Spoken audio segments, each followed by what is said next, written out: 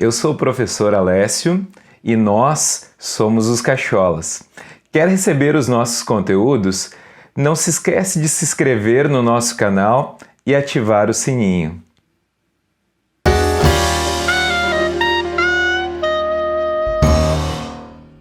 Daí, gurizada, tudo bem com vocês? A gente dá sequência às nossas aulas agora, a gente vai falar sobre eletrostática, a gente vai falar sobre as cargas elétricas, então. Dentro dessa parte a gente vai falar um pouquinho sobre os modelos atômicos e a estrutura atômica. A gente vai falar também sobre o experimento de Millikan, que é um dos mais famosos experimentos dentro da física. A gente vai falar sobre a carga elementar e sobre a carga total de um corpo. Vamos também ver qual é a diferença entre bons e maus condutores, condutores e isolantes. E a gente vai falar um pouquinho sobre os processos de eletrização por atrito, contato e indução. Então, vamos começar falando então sobre os modelos atômicos. O primeiro modelo atômico que a gente vai falar é o modelo de Thomson. O modelo de Thomson é um modelo onde ele dizia que o átomo era composto de uma massa que era positiva e nessa massa estavam incrustados elétrons que tinham carga negativa. Antes desse modelo a gente tem o modelo de Dalton, mas a gente está começando a falar aqui sobre o modelo de Thomson. Depois do modelo de Thomson vem o modelo de Rutherford. O Rutherford fez um experimento onde ele usou uma fina folha de ouro e bombardeou ela com partículas alfa. E ele verificou que a maior parte dessas partículas passava direto por essa folha de ouro sem sofrer desvio algum. Então ele concluiu que o átomo era composto basicamente por vazio. Ele tinha um núcleo onde estava quase toda a massa do átomo, que era composto por carga positiva. E em torno desse núcleo tinha os elétrons, mas o átomo em si era composto basicamente por vazio. Mais adiante veio o modelo de Bohr. O Bohr se baseou na mecânica quântica do Max Planck. Ele verificou que os elétrons não podiam assumir qualquer valor de energia. Ele viu que a energia era quantizada. Então ele viu que tinha o átomo positivo e os elétrons giravam, segundo ele, em órbitas circulares em torno desse núcleo que era positivo. O Sommerfeld, ele melhorou um pouco esse modelo do Bohr. Ele verificou que as órbitas não eram órbitas circulares, e sim órbitas elípticas. E agora, por último, a gente tem o modelo atômico chamado de modelo atômico atual, onde a gente não consegue prever a localização do elétron em torno do núcleo. A gente tem uma probabilidade que ele esteja numa determinada região. Então, dependendo do tipo de orbital que eu tenho a probabilidade do elétron estar em uma determinada região. Como a gente pode ver, os orbitais S, P, D e F vão ter modelos diferentes para cada um deles. Então, aqui entra o chamado princípio da incerteza, que a gente trabalha com a questão da probabilidade. A estrutura atômica, a estrutura de um átomo é composto sempre por um núcleo que tem prótons, que tem carga positiva, e nêutrons que têm carga nula. E em torno deles giram os elétrons que têm carga negativa. Bom, vamos falar um pouquinho mais sobre o elétron. O Millikan, o Robert Millikan, fez um dos mais conhecidos experimentos dentro da física, que é o chamado experimento da gota de óleo. Como é que funcionou esse experimento? Nesse experimento ele borrifava gotas de óleo numa câmara que iam cair numa câmara inferior. Nessa câmara inferior, o gás que estava lá ele era ionizado, fazendo uma separação desse gás, das partículas desse gás, em elétrons e a parte positiva. Esses elétrons se aderem às gotículas de óleo que estão caindo nessa câmara inferior. E a partir dali a gente consegue, utilizando a força gravitacional, porque essas partículas têm força-peso, então a tendência delas é cair em direção à parte de baixo dessa câmara, suspender, manter essas partículas suspensas, equilibrando elas com uma força elétrica, que é gerada a partir de uma diferença de potencial entre placas que estão nessa câmara inferior. Então, a força gravitacional e a força elétrica se equilibram, mantendo essas gotas de óleo suspensas. E a partir dali a gente consegue determinar o valor da massa e da carga de um elétron. E a gente consegue verificar com isso que a massa de um elétron é de aproximadamente 9,1 vezes 10 na menos 31 kg. E a carga de um elétron é de 1,6 vezes 10 na menos 19 coulombs. Coulomb, que é a unidade que a gente utiliza para carga elétrica. Então vamos falar um pouquinho sobre as principais características de um átomo. Um átomo ele é sempre formado por um núcleo central que é composto de prótons e nêutrons. Prótons que têm carga positiva e nêutrons que têm carga nula. E os elétrons giram em torno desse núcleo. Os elétrons têm carga negativa. Os elétrons de todos os átomos, eles têm sempre o mesmo valor, cada um dos elétrons tem o mesmo valor de carga e tem a mesma massa. Então não tem um elétron com mais carga do que o outro. Todos eles têm exatamente a mesma carga. E os prótons, eles têm massa cerca de 1.800 vezes maior do que a massa dos elétrons, mas a carga dos prótons em módulo é exatamente igual à carga dos elétrons, 1,6 vezes 10 na menos 19. Dos prótons é mais 1,6 vezes 10 na menos 19 coulombs e dos elétrons menos 1,6 vezes 10 na menos 19 coulombs. Os nêutrons, por sua vez, eles têm uma massa que é pouca coisa maior do que a massa dos prótons e a carga deles é nula. Normalmente os átomos possuem o mesmo número de elétrons e o mesmo número de prótons. Isso quer dizer que a carga deles normalmente é neutra. Vamos falar então sobre a carga elementar e a quantidade de carga elétrica de um corpo. A gente já falou anteriormente que prótons e elétrons são os portadores de cargas elétricas. E a carga elementar, que é a carga de um elétron ou de um próton, em módulo ela vale 1,6 vezes 10 na menos 19 coulombs. Um corpo, ele pode estar carregado eletricamente, ou seja, ele pode ter uma diferença nesse número de prótons e elétrons. Para eu calcular a carga, basta eu multiplicar a diferença que eu tenho entre o número de prótons e elétrons pela carga elementar, pela carga de um próton ou de um elétron. Vai ser positiva se ele tiver mais prótons do que elétrons, vai ser negativa a carga total se ele tiver mais elétrons do que prótons. Então, eu vou calcular essa carga fazendo N vezes Z.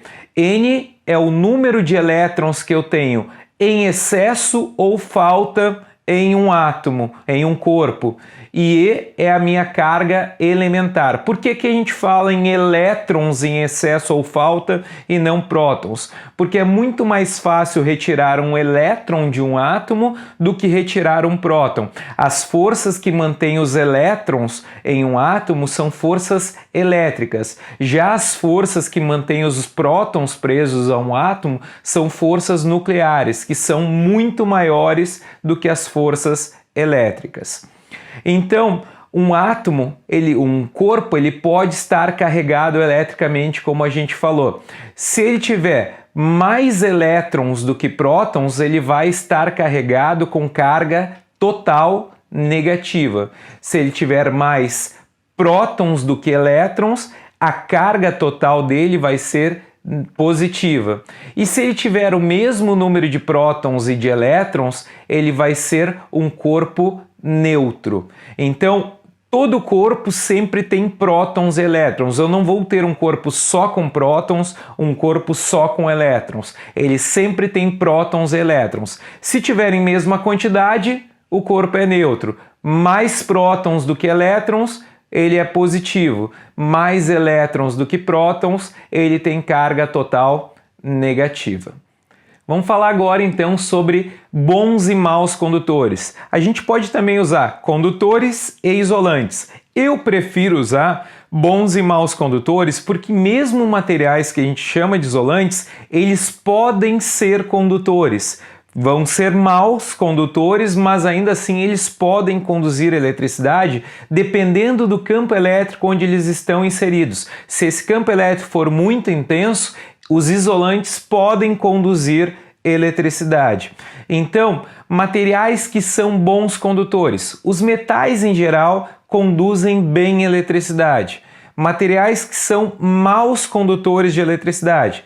Borracha é um mau condutor de eletricidade, madeira é um mau condutor de eletricidade, por exemplo. O plástico também é um mau condutor de eletricidade. Bom, vamos falar um pouquinho sobre os princípios fundamentais da eletrostática. Quando a gente tem corpos carregados eletricamente, vão surgir forças elétricas entre eles.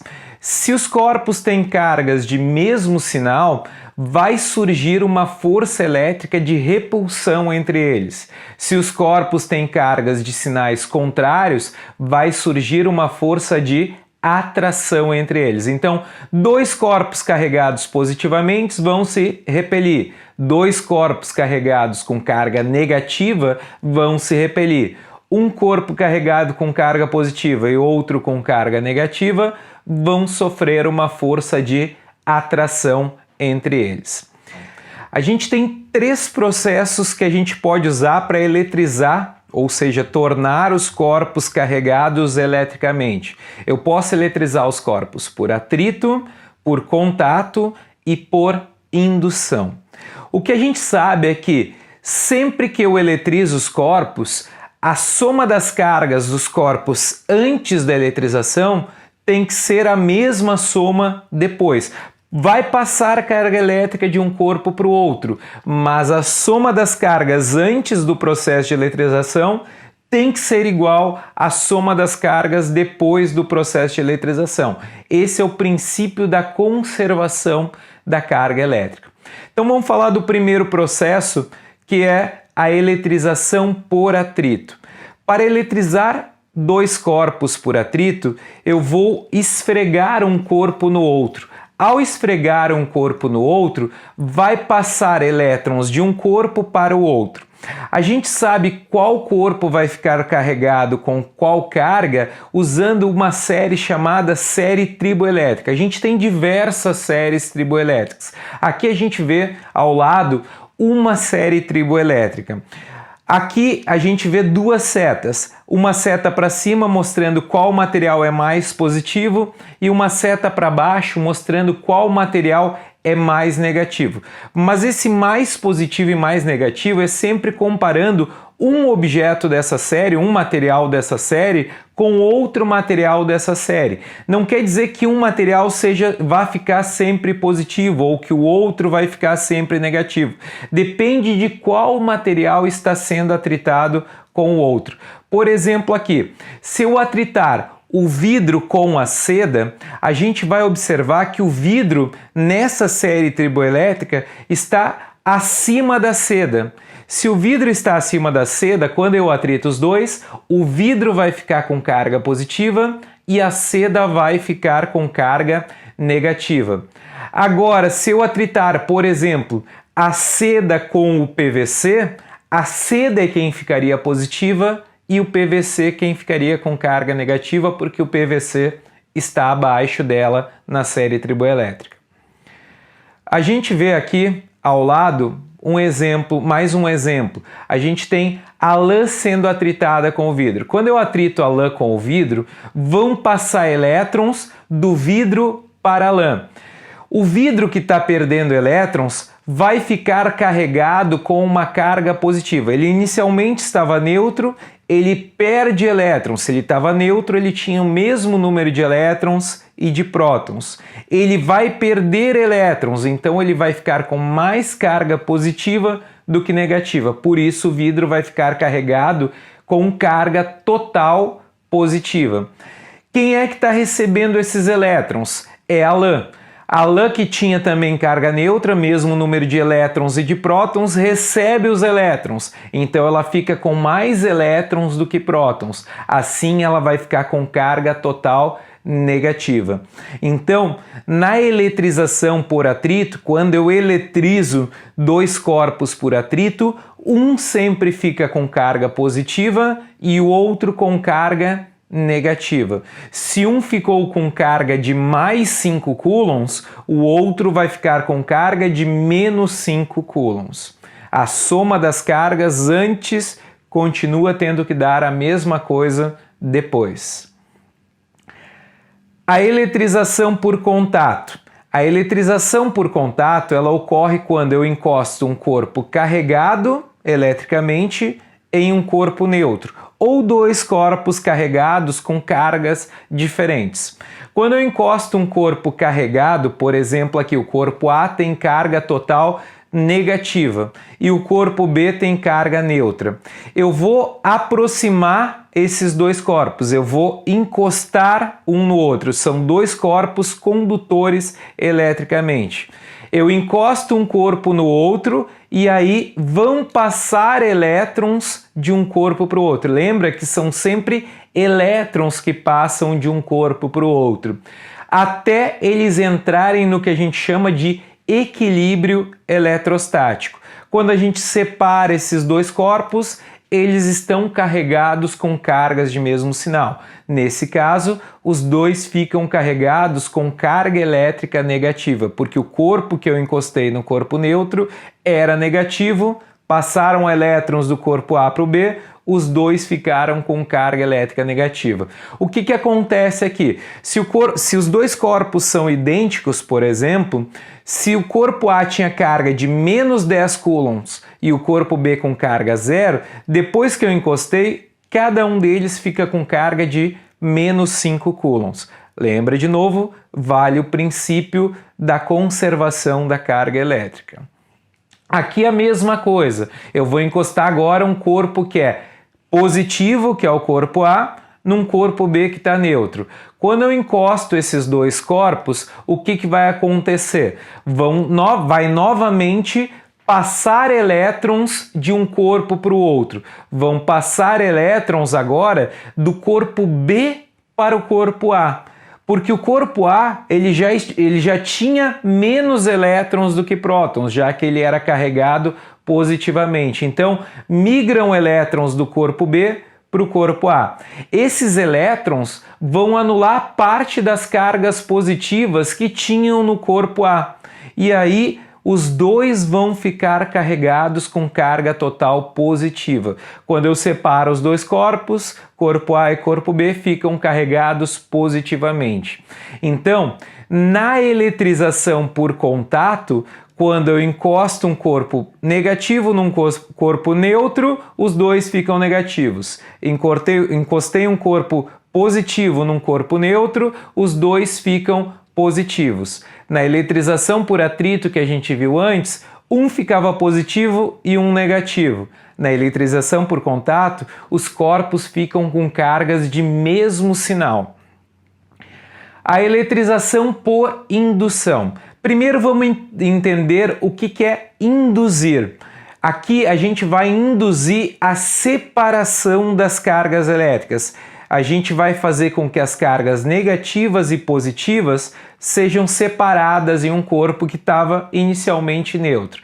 Então eu tenho ali um corpo neutro e um bastão carregado com carga elétrica negativa. Podia ser com carga positiva. Eu estou aproximando, sem encostar, esse bastão do corpo que estava neutro. O que ele vai fazer? Como ele era carregado com carga negativa, ele vai forçar a repulsão dos elétrons desse corpo, fazendo com que eles tenham o máximo afastamento possível. E se eu tirar o bastão de perto, volta tudo ao que era antes. Levando o bastão para perto, eu provoco a separação, eu provoco uma polarização naquele corpo. Um lado fica com mais carga positiva, o outro lado fica com mais carga negativa. Eu ainda não fiz a eletrização, eu só fiz uma indução, eu só fiz com que as cargas elétricas sofressem uma separação ali. Se eu quiser eletrizar os corpos, eu posso fazer isso de algumas formas. Por exemplo, peguei dois corpos neutros condutores e eu encostei esses dois corpos agora. Vou aproximar um indutor carregado eletricamente desses corpos. Por exemplo, um corpo carregado com carga negativa. Novamente, aqueles dois corpos que estavam encostados, eles funcionam como se fosse um único corpo condutor. Quando eu aproximei o bastão eletrizado com carga negativa, ele vai provocar o afastamento máximo dos elétrons. Então os elétrons vão tentar migrar lá para o fundo do segundo corpo. Se eu tirar o bastão de perto, volta os dois corpos a ficarem neutros como antes. Agora, se eu separar aqueles dois corpos antes de tirar o bastão de perto, os dois corpos vão ficar carregados eletricamente. Se eu não tirar o bastão de perto e separar os dois corpos antes ali, eles vão ficar carregados, um com carga negativa e o outro com carga positiva. Então, o bastão que eu aproximei, que era negativo, induziu a separação de cargas ali. O corpo mais próximo do bastão vai ficar com carga de sinal contrário ao do bastão. Essa é uma forma de eletrizar. Outra forma de eletrizar é fazendo o chamado aterramento, usando o chamado fio-terra. Como é que funciona um fio-terra? De novo lá, eu vou aproximar agora um bastão carregado com carga positiva de um corpo. Nesse caso, ele está atraindo os elétrons. Os elétrons são atraídos pela carga positiva do bastão. Se eu tirar o bastão de perto, o corpo volta a ficar neutro. Agora, se eu tocar, por exemplo, a mão naquela esfera condutora, ela vai ficar eletrizada, porque vão subir elétrons do meu corpo em direção à minha esfera ali. Outra forma é ligando o que a gente chama de fio-terra. A gente vai ligar um fio à terra e, ao ligar esse fio à Terra, a Terra, que é uma imensa esfera neutra, mesmo número de prótons e de elétrons, vai mandar alguns elétrons em direção àquele corpo, anulando uma parte das cargas positivas que ele tinha, naquele corpo. Se eu desligar o fio Terra antes de tirar o bastão de perto, aquele corpo vai ficar com mais elétrons do que prótons, ou seja, ele vai ficar com um total de carga negativa maior do que a carga positiva. Então, eu abro o meu fio Terra, eu vou fazer com que as minhas cargas negativas no corpo estejam em excesso. Aí, eu tirando o bastão de perto, o meu corpo vai estar eletrizado por indução. Na indução, eu nunca encosto o indutor no corpo que eu quero carregar eletricamente. Eu só aproximo para poder fazer a indução, para poder fazer a separação das cargas elétricas positivas e negativas. Bom, pessoal, essa era a parte de eletrização. A gente vai continuar em outros vídeos falando sobre eletrização. A gente vai falar sobre força elétrica, campo elétrico. Então a parte de eletrização é bem longa. Espero que tenham gostado do vídeo. Se gostaram, deixem um like, se inscrevam no canal, assistam os nossos vídeos. Até mais, até o próximo.